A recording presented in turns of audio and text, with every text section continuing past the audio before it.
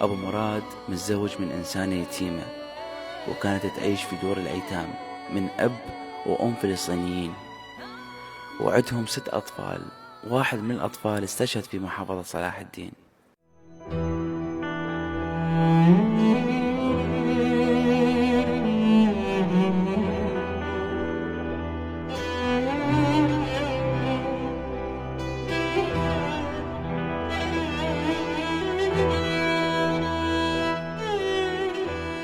الحمد لله شكرا. هذا مراد؟ ايه مراد. بس عندك اكبر خالد صح؟ ايه خالد الكبير. بس ايش سعرك مراد؟ انا مو كنت اشتغل في الجامعة، انا كل سنة برمضان انا المنظفة في مالت الجامعة، مسؤولة على التنظيف وعلى الهاي الطبخ، عاد كله علي، عاد هذا بكون دائما معي. فسموش علي يم مراد لين يكون معك هو.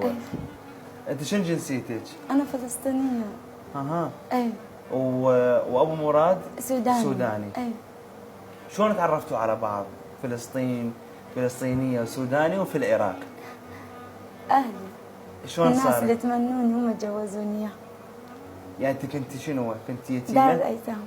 الله. يعني كنت في دار الايتام؟ ايه.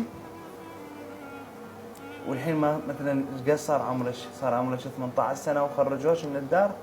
لو شنو؟ ما بعرف، انا اللي بعرف ان انا كنت بالقماطة، كان في دم علي، قالوا اهلك ساووا حادث، واجوا دول الناس تمنوني ما كانوا يخلفوا. وهذا الرجال اللي ابوي، اللي انا بسميه ابوي، هو كان مريض نفسي، عذبني. لما كبرت شوي شوي صار يعذب بي، لانه صار عندهم اولاد، ما كان عندهم اولاد ابد لما اخذوني عندهم. وبعد بلش يعذب بي ينيمني بمقهى لحد هسه وانا في تشوه، وهي ايدي مكسوره، ولحد هسه ورم ماله، كل مره بقوم الورم علي، ايدي مكسوره، ولسه التشويه حتى بجسمي. كان دائما يسبحني مي ونفط. مي ونفط؟ اي والله. لا اله الا الله. وهو كان جماعته، هو كان دائما يروح لباب الشرجي، عاد قال لي خلص انا حجوزك وابيع عشان يخلص مني. عراقي كان هو؟ لا فلسطيني. هم كان فلسطيني. وشلون تزوجتي؟ عرفني على توم، اول ما شفته خفت، قلت شلون انا بعد ما افهم كل شيء، 11 سنه ما صار لي. قال لي لا لازم تتجوزي، ولا كانوا يريدوا فلوس بس يخلصوا من عندي، باعوني ب5 ملايين، وهو كان فقير. لما اخذني ابد يعني بقينا مع بعض مثل الاخوان فتره طويله حيل. كنت اصيح له بابا لان لقيت عنده حنيه، والله ما لقيتها عند احد. عاملني مثل بنته، وين يلا كبرت يلا تعلمي تعالي. وكان دائما يدللني ويجيبني ملاعب لحد ما شوي شوي وعيت، صرت اعرف. كانوا كل فتره حتى هاي كانوا ياخذوا من عندها فلوس. وبعدها لما صارت تيجي عيد الام اجي اعيد على ماما تقول لا تقوليني بنتي، انت مو بنتي، انت لقيتي عند من دار الايتام. يا حبيبتي يا قلبي. منو قال لك انه انت فلسطينيه؟ هم دار الايتام. وانا بالبدايه ما بعرف انه انا اصلا يتيمه، كنت اقول لهم دائما بابا وماما. لما سمعتهم بتكلموا وتقول لهم ماما ربتني ليش انت هيك مو زين معها، مو حرام وهاي. قال لها هي يتيمه لقيطه، صار يغلطوا علي.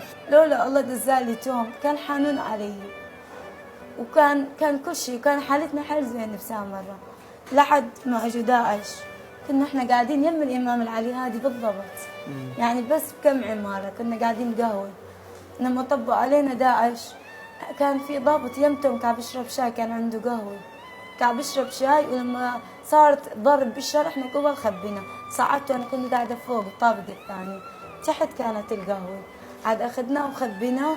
عاد صار الضرب وهاي توم قفل القهوه، قبل لبسته تكرم عباية ولبسته خمار على مود ما يشوفوه، وهو صار يتوسل انا مالي احد واولادي. هو كان ضابط؟ ضابط شرطه هو. يا حبيبي. عاد هربناه من بيت لبيت وطلع. ناس المنطقه الله يسامحهم فتنوا على ناس المنطقه، فسدوا علينا ما خلوا، قالوا احنا شفناه طبونا اخر مره، ومسكوا جوزي بالسياره جروه جار، وهاي اجريه هسه والله اذا بتمسكها هاي ولا هاي الدم ما يوصل منها طابوقه، والله العظيم والله حتى تقدر تفحصها.